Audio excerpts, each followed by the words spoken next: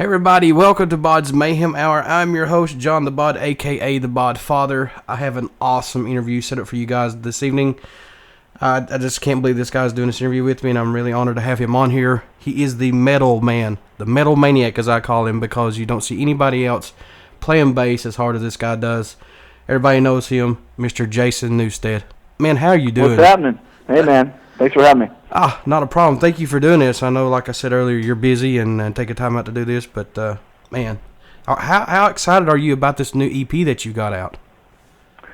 I am very excited. This is kind of a new beginning for me. You know, I'm not starting over, but I do have a fresh set of boots here, good to go. So I'm very happy about it, and it's the first time that I've exposed my own songs that I wrote from beginning to end, like all the parts and all the words and all the music, to share it with people. So it's very exciting in that way. Now, with this new EP coming out called Newsted Metal, do you have any other tracks possibly for a full-length album in the near future, maybe? Yes, the plan with this first bunch of songs is to be released in 3 different EPs. And at the end of that third EP, it'll be compiled to make the full-length record that will then be released on vinyl with artwork and everything like that. So I'm just trying to feel my way back into this, because since I was in it all the way, 10, 11 years ago, a lot has changed, certainly, and on the internet and being able to get out to people and get the music out to people is much different. So I'm trying to release a few songs at a time, let everybody chew on it for a while, and give them a few more, chew on that, give them a few more, and then that'll be the full record. Now, the 90-second clips that I got from you guys, I'm just floored by it. It's really good. There's a slow song on it, but I mean, it's still heavy and progressive like you always have done it before.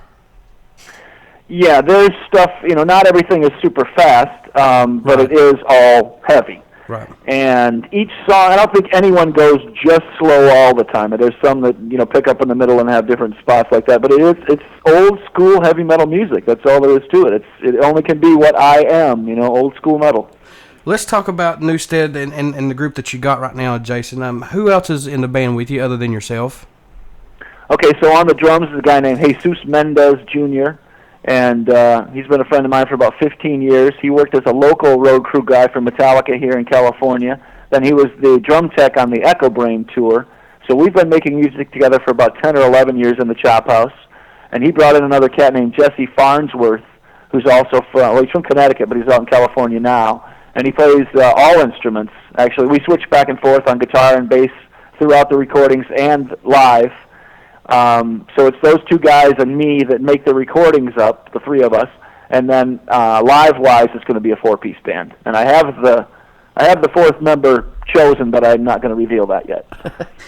Good, because that way when people come to see you live, we'll get a surprise on who it is. That's right, yeah, for sure. So what do you think Newsted brings to the table of metal with this new EP you got out? It's just a good, strong helping of old school metal. I don't think there's anything groundbreaking or innovative or really anything like that, man. It's just what I have been able to take in my 30-year career in this kind of music. I took it all the way to the top of the tallest mountain that you can take it to, and then I stepped off of that mountain at the highest point. Yeah.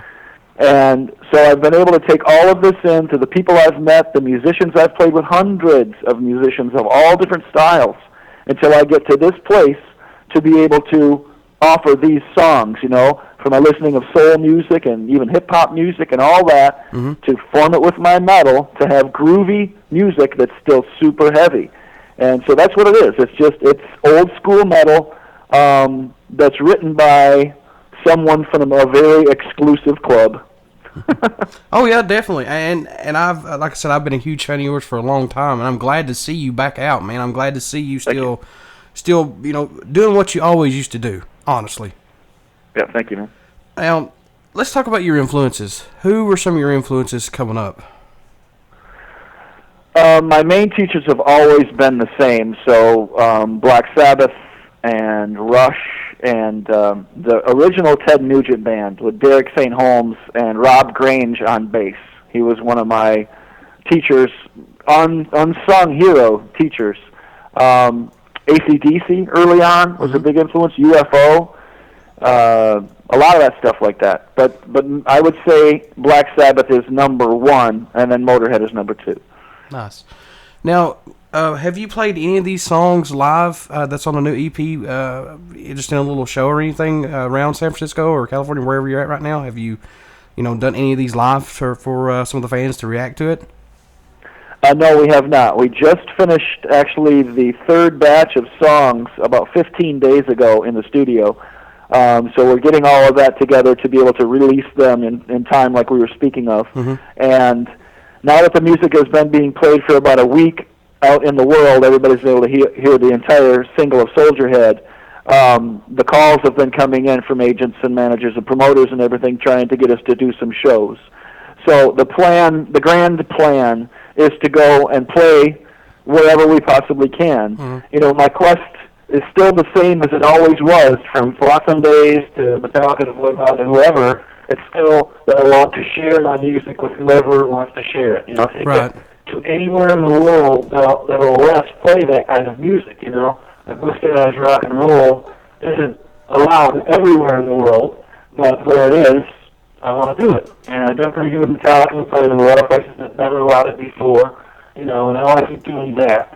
So as long as the offers are decent, they have to show me respect as far as financial offers and the safety for my band, and decent gigs, decent other bands, on good festival shows, international festivals, domestic festivals, good clubs. I'm not afraid to go to play a 400-seat club as long as it's clean and got electricity and we can rock in there.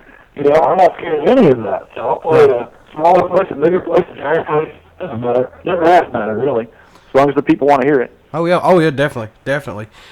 What is some of the inspiration behind some of the songs, if you don't mind to answer that? Well, Soldier Head is it's my bow, my tip of the hat to our service personnel, all of the soldiers that have fought in the past and all the soldiers that fight today and will fight tomorrow. This is their song. This is what I imagined would go on inside their minds. Bombs go off around me and bullets chase my head. I try to not get dead. It's just that's what I figured the rage of it, the speed of it, the angst of it, that whole thing kind of a little bit stressed out, a little bit scattered. Mm-hmm. That's what I thought would go on in somebody's head when somebody's shooting at you. Oh yeah. So that's my bow to them. I'm hoping one of my first questions to my new manager was, how can I go play for the soldiers? And so that's one of the things that we're going to try to do as well with this band. Is one of our main things that we want to do is to play for those guys. So, and girls. And then Godsnake is a song about judgment and not judging people. Do not judge the book by the cover. Do not judge people by what they look like. It gave me a lesson for myself. I'll just tell you a story since we're together here. It was years ago now. I was with Jim Martin from Faith No More, and we were in a blues club in Oakland, like a real blues club called Eli's Mile High. It's been there for years and years. And we were the only white guys in the club. And there's a little cat at the bar there, and he could barely get a shot up to his lips, and he was shaking, Yeah. And he got that shot up to his lips, and he was all dirty in the show, and I'm like, what is that guy doing in here? He walked up to the stage and grabbed a slide guitar and took my face off. And I'm like, okay. So that's the last time I decided I would judge anybody for what they looked like.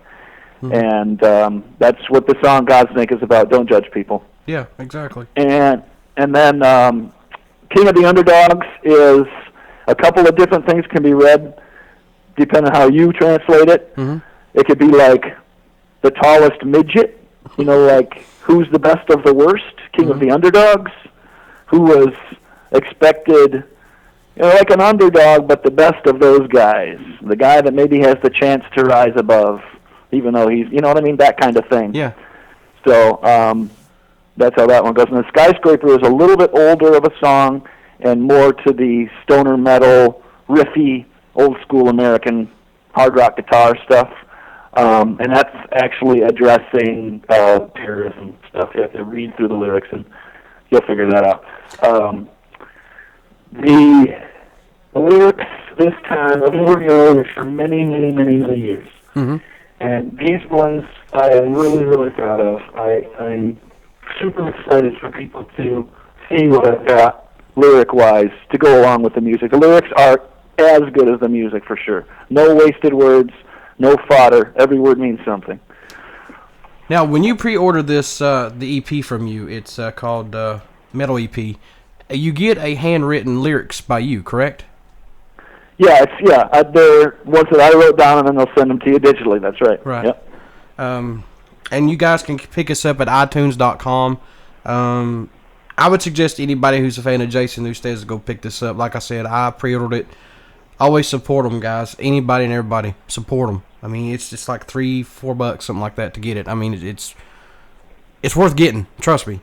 The 90-second clips that I've heard of all these songs is pretty amazing. I have no ill words about this because this stuff is great. And thank you, man. I can't wait for you guys to get on tour to start putting all this out and everything coming together, because I think that you're setting on something epic here, Jason. I hope you're right. I hope you're right, man. I really do. And everybody's around me telling me that stuff. I have to be very, very careful. Oh, yeah. Since I am the leader, I have to keep my hat on. I got to keep it all in check, because it seems too good to be true, and usually things are.